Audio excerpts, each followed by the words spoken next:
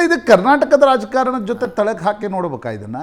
ಯಾಕಂದರೆ ಲಕ್ಷ್ಮಣ್ ಸವದಿ ಮತ್ತು ರಮೇಶ್ ಜಾರಕಿಹೊಳಿ ನೀವಿಬ್ಬರು ಮೊದಲಿಂದಲೂ ಕೂಡ ಮಾಂತೇಶ್ ಕುಮಟಳ್ಳಿ ಕಾರಣದಿಂದ ಅಥಣಿ ಕ್ಷೇತ್ರಕ್ಕೆ ರಮೇಶ್ ಜಾರಕಿಹೊಳಿ ಬಂದರು ಅನ್ನುವ ಕಾರಣಕ್ಕೋಸ್ಕರ ನೀವು BJP ಬಿಟ್ಟು ಕಾಂಗ್ರೆಸ್ಸಿಗೆ ಬಂದ್ರಿ. ಈಗ ನೋಡಿದ್ರೆ ಸತೀಶ್ ಜಾರಕಿಹೊಳಿ ಅವರು, ರಮೇಶ್ ಜಾರಕಿಹೊಳಿ, ಬಾಲಚಂದ್ರ ಜಾರಕಿಹೊಳಿ, ಲಖನ್ ಜಾರಕಿಹೊಳಿ ಎಲ್ಲ ಒಟ್ಟಿಗೆ ನಿಲ್ತಾರೆ. ಅವರ ಎದುರುಗಡೆ ನೀವು, ರಮೇಶ್ ಕತ್ತಿ, ಈ ಗುಂಪು ಒಟ್ಟಾಗಿ ನಿಲ್ತಾ ಇದೆ. ಇದನ್ನು ಹೆಂಗೆ ಇದ್ರೆ ಕರ್ನಾಟಕದ ನ್ಯಾಚುರಲಿ ಇದು ಕರ್ನಾಟಕದ ರಾಜಕಾರಣ ಜೊತೆ ತಳಕ್ಕೆ ಹಾಕಲಾಗತ್ತೆ? ಕರ್ನಾಟಕ ರಾಜಕಾರಣ ಬೇರೆ, ಬೆಳಗಾವಿ ರಾಜಕಾರಣ ಬೇರೆ ಅಂತಕ್ಕಂಥದ್ದು ಏನು ನೀವು ಅದಕ್ಕೆ ಉಲ್ಲೇಖ ಮಾಡ್ತಾ ಇದ್ದೀರಿ. ಪಕ್ಷದ ವಿಚಾರವಾಗಿ ಬಂದಾಗ ಅದು ಅವ್ರ ಪಕ್ಷಕ್ಕೆ ಅವರೆಲ್ಲರೂ ಕೂಡ ಬದ್ಧರಾಗಿರ್ತಾರೆ. ಬಟ್ ಕೋಆಪರೇಟಿವ್ ಮೂವ್ಮೆಂಟ್ ಸ್ಟಾರ್ಟ್ ಆದಾಗ ಅದು ಸ್ವಲ್ಪ ವಿಭಿನ್ನ ಇರುತ್ತೆ. ಇಲ್ಲೆಲ್ಲ ಫ್ರೆಂಡ್ಶಿಪ್ಪು ಮೊದಲು ಹಿಡಿದು ಒಂದು ಸಹಕಾರಿ ಕ್ಷೇತ್ರದಲ್ಲಿ ಒಟ್ಟಿಗೆ ಕೆಲಸ ಮಾಡಿರ್ತಕ್ಕಂಥದ್ದು ಇವೆಲ್ಲ ಬರೋದ್ರಿಂದ ಇಲ್ಲಿ ಪಕ್ಷಕ್ಕೆ ಮತ್ತು ಜಾತಿಗೆ ಯಾವುದೇ ಅಡ್ಡ ಬರಲ್ಲ. ಈ ವಿದ್ಯುತ್ ಸಹಕಾರ ಸಂಘದ ಚುನಾವಣೆಯಲ್ಲಿ ರಮೇಶ್ ಕತ್ತಿ ಅವರ ಬೆಂಬಲಕ್ಕೆ ನೀವು ನಿಂತ್ಕೊಂಡ್ರ? ರಮೇಶ್ ಕತ್ತಿ ಅವರು ಇಲ್ಲೇ ಇದ್ರು ಇದೇ ಸ್ಟುಡಿಯೋದಲ್ಲಿ, ನನಗೇನು ಮಾತಾಡಿಲ್ಲ ಲಕ್ಷ್ಮಣ ಸವದಿ ಅವರು ಅಂತೆಲ್ಲ ಅಂದ್ರು. ಇಲ್ಲ, ಈಗ ನೋಡಿದ್ರೆ ಎಲ್ಲ ಪರಿಸ್ಥಿತಿನೇ ಚೇಂಜ್. ಅಲ್ಲಲ್ಲ, ವಿದ್ಯುತ್ ಸಹಕಾರಿ ಸಂಘದ ಚುನಾವಣೆಯಲ್ಲಿ ಅವ್ರ ತಾಲೂಕಿಗೆ ಸೀಮಿತ ಆಗಿರ್ತಕ್ಕಂಥ ಒಂದು ಅದು ಸಂಘ. ಕೇವಲ ಅದು ಹುಕ್ಕೇರಿ ತಾಲೂಕಿಗೆ ಸೀಮಿತವಾಗಿರೋದ್ರಿಂದ ಅದೇ ತಾಲೂಕದಲ್ಲಿ ಸತೀಶ್ ಜಾರಕಿಹೊಳಿ ಒಂದು ಕ್ಷೇತ್ರ ಮತ್ತು ನಿಖಿಲ್ ಕತ್ತಿ ಅವ್ರದ್ದು ಒಂದು ಕ್ಷೇತ್ರ, ಉಮೇಶ್ ಕತ್ತಿ ಅವ್ರ ಸುಪುತ್ರ. ಈಗ ಹೇಗೆ ಅಥಣಿ ತಾಲೂಕದಲ್ಲಿ 2 ಕ್ಷೇತ್ರ ಇದೆ, ಒಂದು ರಾಜುಕಾಗೆ ಒಂದು ನಮ್ದು. ಅಲ್ಲಿ 2 ಕ್ಷೇತ್ರ ಇರೋದ್ರಿಂದ ಅವರವರ ಮಧ್ಯದಲ್ಲಿ ಭಿನ್ನಾಭಿಪ್ರಾಯಗಳು ಬಂದು ಅದು ವಿದ್ಯುತ್ ಸಹಕಾರಿ ಕ್ಷೇತ್ರದಲ್ಲಿ ತಮ್ಮ ಪ್ರಾಬಲ್ಯವನ್ನು ಬೆಳೆಸಬೇಕು, ಇವರು ನಮ್ಮ ಪ್ರಾಬಲ್ಯ ಬೆಳೆಸಬೇಕು ಅಂತಕ್ಕಂಥ ವಿಚಾರವಾಗಿ ಅದು ಚುನಾವಣೆ ಆಗಿರ್ತಕ್ಕಂಥದ್ದು. ಆ ಚುನಾವಣೆಯಲ್ಲಿ ನಾವಾಗಲಿ ಅಥವಾ ಬೇರೆಯವರು ಯಾರು ಅದರಲ್ಲಿ ಹಸ್ತಕ್ಷೇಪ ಮಾಡಿಲ್ಲ, ಯಾರು ಬೆಂಬಲ ಮತ್ತು ಯಾರು ವಿರೋಧ ಅಂತಕ್ಕಂಥದ್ದು ನಾವು ಚರ್ಚೆನೂ ಮಾಡಿಲ್ಲ. ಅದ್ರ ಬಗ್ಗೆ ನಾವು ಯಾವುದೇ ಥರದ ಅದರಲ್ಲಿ ಭಾಗಿನೂ ಕೂಡ. ಅದು ಲಕ್ಷ್ಮಣ ಸವದಿ ಸೂಕ್ಷ್ಮವಾಗಿ ನೋಡಿದಾಗ ರಮೇಶ್ ಕತ್ತಿ ಅಷ್ಟು ಗಟ್ಟಿಯಾಗಿ ಜಾರಕಿಹೊಳಿ ಕುಟುಂಬವನ್ನು ಈ ಬಾರಿ ಟೇಕ್ ಆನ್ ಮಾಡಿದರು. ಉಮೇಶ್ ಕತ್ತಿ ಮತ್ತು ಜಾರಕಿಹೊಳಿ ಅವರು ಕುಳಿತುಕೊಂಡು DCC ಬ್ಯಾಂಕು ಬೇರೆ ಬೇರೆ ವಿಚಾರಗಳನ್ನು ಒಪ್ಪಂದದ ಮೂಲಕ ಮಾಡ್ಕೊಳ್ತಾ ಇದ್ರು. ಈ ಬಾರಿ ರಮೇಶ್ ಕತ್ತಿ ಮಾಡಿರೋ ಟೇಕ್ ಆನ್ ನೋಡಿದರೆ ಅದರ ಹಿಂದೆ ಲಕ್ಷ್ಮಣ ಸವದಿ ಕಾಣ್ತಾ ಇದ್ರು, ಬಟ್ ತುಂಬ ತಡವಾಗಿ ಬಂದರು. DCC ಹುಕ್ಕೇರಿ ವಿದ್ಯುತ್ ಸಂಘದ ಚುನಾವಣೆಯಲ್ಲೂ ಕೂಡ ರಮೇಶ್ ಕತ್ತಿಯವರ ಟೋನನ್ನು ನೋಡಿದಾಗ ಅವರು ಲಕ್ಷ್ಮಣ ಸವದಿ ನನ್ನ ಜೊತೆಗಿದ್ದಾರೆ ಅಂತಕ್ಕಂಥದ್ದನ್ನು ಬಹಿರಂಗವಾಗಿ ಹೇಳದೆ ಹೋದರೂ ಕೂಡ ನೀವು ಅವ್ರ ಜೊತೆಗಿದ್ರಿ. DCC ಬ್ಯಾಂಕ್ನ ಚುನಾವಣೆಗೆ ಬಂದಾಗ ನೀವಿಬ್ಬರು ಬಹಿರಂಗವಾಗಿ ಒಟ್ಟಾಗಿ ಬಂದ್ರಿ ಅಷ್ಟೇ. ಅಲ್ಲಲ್ಲ, ನಾನು ರಮೇಶ್ ಕತ್ತಿ ಸುಮಾರು 30 ವರ್ಷದಿಂದ ಜಿಲ್ಲಾ ಮಧ್ಯವರ್ತಿ ಬ್ಯಾಂಕ್ನಲ್ಲಿ ನಿರ್ದೇಶಕರಾಗಿ, ಉಪಾಧ್ಯಕ್ಷ ಆಗಿ, ಅಧ್ಯಕ್ಷ ಆಗಿ ನಾನು ಕೆಲಸ ಮಾಡೀನಿ. ಅವನು ಕೂಡ ನಿರ್ದೇಶಕನಾಗಿ, ಉಪಾಧ್ಯಕ್ಷ ಆಗಿ, ಅಧ್ಯಕ್ಷನಾಗಿ ಕೆಲಸವನ್ನು ಮಾಡಿದ್ದಾನೆ. ಮತ್ತು ಉಮೇಶ್ ಕತ್ತಿ ಇದ್ದಂಥ ಸಂದರ್ಭದಲ್ಲಿ ಸುಮಾರು 30 ವರ್ಷದಿಂದ ಅವರಿಗೆ ನಮಗೆ ಒಂದು ಸ್ನೇಹ.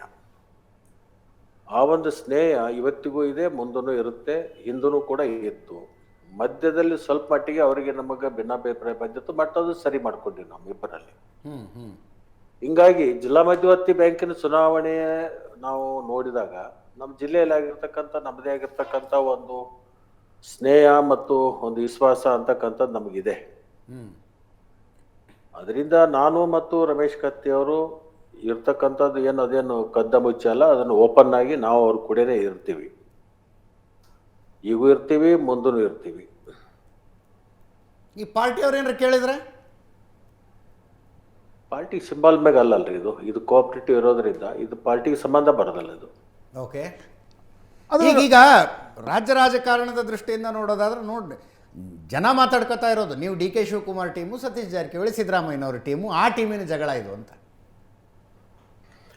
ನನಗೇನು ಅದನ್ನ ನಾನು ಒಪ್ಪೋದಲ್ಲ ಅದನ್ನ. ಯಾಕಂತಂದ್ರೆ ನಾನು DK ಶಿವಕುಮಾರ್ ಇರ್ಬೋದು, ಮುಖ್ಯಮಂತ್ರಿಗಳಾಗಿರ್ತಕ್ಕಂಥ ಸಿದ್ದರಾಮಯ್ಯನವ್ರು ಇರ್ಬೋದು, ನಮಗೆ ಸಮಾನನೇ. ಅವ್ರ ಪಕ್ಷದ ಅಧ್ಯಕ್ಷರು, ಇವರು ರಾಜ್ಯದ ಮುಖ್ಯಮಂತ್ರಿಗಳು. ಮತ್ತು ನಾನು ಪಕ್ಷ ಸೇರುವ ಸಂದರ್ಭದಲ್ಲಿ ಇಬ್ಬರ ಜೊತೆಗೆ ನಾವು ಚರ್ಚೆ ಮಾಡಿ, ಮತ್ತು ಕೇಂದ್ರದಿಂದ ಅವಾಗ ಒಬ್ಬರು ವರಿಷ್ಠರು ಬಂದಿದ್ರು, ಅವ್ರು ನಮ್ಮ ಜೊತೆಗೆ ಚರ್ಚೆ ಮಾಡಿದರು. ಆ ಚರ್ಚೆ ಮಾಡಿಕೊಂಡು ನಾನು ಮತ್ತು ಅವ್ರ 3 ಜನರ ಮಧ್ಯದಲ್ಲೇ ಚರ್ಚೆ ಆಗಿ ನಾವು ಪಕ್ಷಕ್ಕೆ ಸೇರಿರ್ತಕ್ಕಂಥದ್ದು. ನಮಗೆ ಅಧ್ಯಕ್ಷರು ಬೇಕು ಮತ್ತು ಮುಖ್ಯಮಂತ್ರಿಗಳು ಬೇಕು. ಯಾಕಂತಂದ್ರೆ ರಾಜ್ಯದ ಮುಖ್ಯಮಂತ್ರಿಗಳು ಅಷ್ಟೇ ಮಹತ್ವ ಮತ್ತು ಪಕ್ಷದ ಅಧ್ಯಕ್ಷರು ಕೂಡ ಅಷ್ಟೇ ಮಹತ್ವ. ಈ ಟೋಟಲ್ ಡೆವಲಪ್ಮೆಂಟ್ನಲ್ಲಿ ಲಕ್ಷ್ಮೀ ಹೆಬ್ಬಾಳ್ಕರ್ ಮೇಡಮ್ ಎಲ್ಲಿದ್ದಾರೆ? ಬೆಳಗಾವಿಯಲ್ಲಿದ್ದಾರೆ.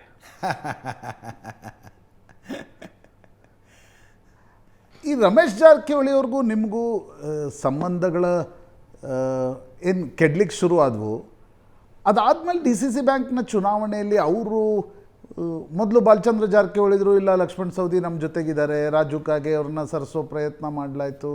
ನಂತರ ಈಗ ರಮೇಶ್ ಜಾರಕಿಹೊಳಿ ಚುನಾವಣೆ ಮುಗಿದ ಮೇಲೆ ಹೇಳ್ತಾ ಇದ್ದಾರೆ, ಇಲ್ಲ ಲಕ್ಷ್ಮಣ್ ಸವದಿ ಅವರಾದರೆ ನಾನು ಆ ಬ್ಯಾಂಕ್ ಕಡೆ ಅವ್ರು ಏನೇನು ಪದಗಳನ್ನು ಬಳಸಿದ್ರು ಅನ್ನೋದು ನಾನು ಹೇಳಲಿಕ್ಕೆ ಹೋಗಲ್ಲ. ಅದೇನು ಅವರು ಹೇಳಿರ್ತಕ್ಕಂಥ ಪದ ಕೇಳಿದರೆ ಅದು ನಮಗೆಲ್ರಿಗೂ ಹೇಳಿಕ್ಕೂ ಅಸಹ್ಯ ಅನಿಸುತ್ತೆ.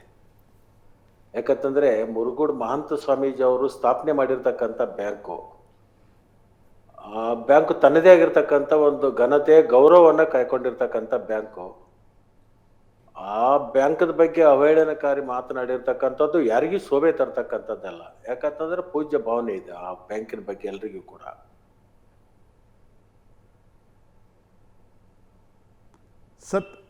ಸತೀಶ್ ಜಾರಕಿಹೊಳಿ ನಿಮ್ಮ ಪಕ್ಷದ ಮುಖ್ಯಮಂತ್ರಿಗಳ ಉತ್ತರಾಧಿಕಾರಿ ಅಂತ ಮುಖ್ಯಮಂತ್ರಿಗಳ ಮಗ ಹೇಳ್ತಾ ಇದ್ದಾರೆ. ನೀವು ಹೇಳ್ತಾ ಇದ್ದೀರಿ ಸತೀಶ್ ಜಾರಕಿಹೊಳಿ, ಬಾಲಚಂದ್ರ ಜಾರಕಿಹೊಳಿ, ರಮೇಶ್ ಜಾರಕಿಹೊಳಿ ಎಲ್ಲ ಒಂದೇ, ಅವ್ರನ್ನ ಟೇಕ್ ಆನ್ ಮಾಡ್ತೀನಿ ಅಂತ ನೀವು ಹೇಳ್ತಾ ಇದ್ದೀರಿ.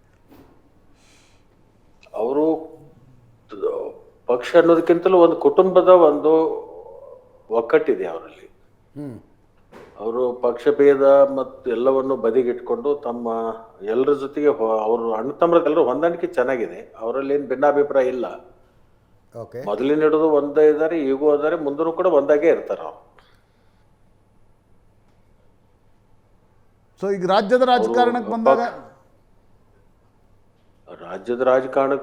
ಅಷ್ಟೇ, ಜಿಲ್ಲೆ ರಾಜಕಾರಣಕ್ಕೆ ಬಂದಾಗೂ ಅಷ್ಟೇ, ಮತ್ತು ಅವರವ್ರ ಕ್ಷೇತ್ರದ ಚುನಾವಣೆಗಳು ಬಂದಂಥ ಸಂದರ್ಭದಲ್ಲೂ ಅಷ್ಟೇ, ಅಲ್ಲೆಲ್ಲ ಅಡ್ಜಸ್ಟ್ಮೆಂಟ್ ಮಾಡ್ಕೊಂಡಿರ್ತಾರೆ ಅವರು.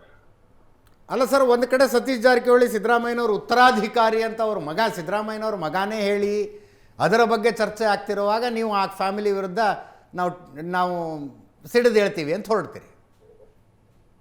ಅಲ್ಲ ಅಜಿತ್ ಅವ್ರಿಗೆ ನೋಡಿ, ಈಗ ಸಿದ್ದರಾಮಯ್ಯನವ್ರ ಮಗ ಹೇಳ್ಬೋದು, ನನ್ನ ಮಗ ಹೇಳ್ಬೋದು, ನಿಮ್ಮ ಮಗ ಹೇಳ್ಬೋದು, ಅದು ಯಾವುದು ಗಣನೆಗೆ ಬರಲ್ಲ.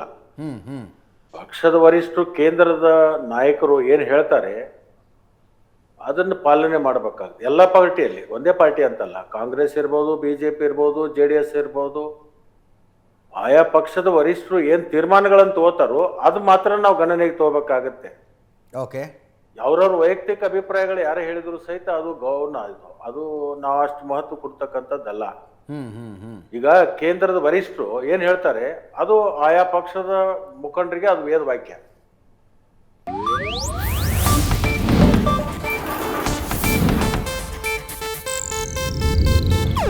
ಇದು ಏಷ್ಯಾನೆಟ್ ನ್ಯೂಸ್ ನೆಟ್ವರ್ಕ್ ಪ್ರಸ್ತುತಿ.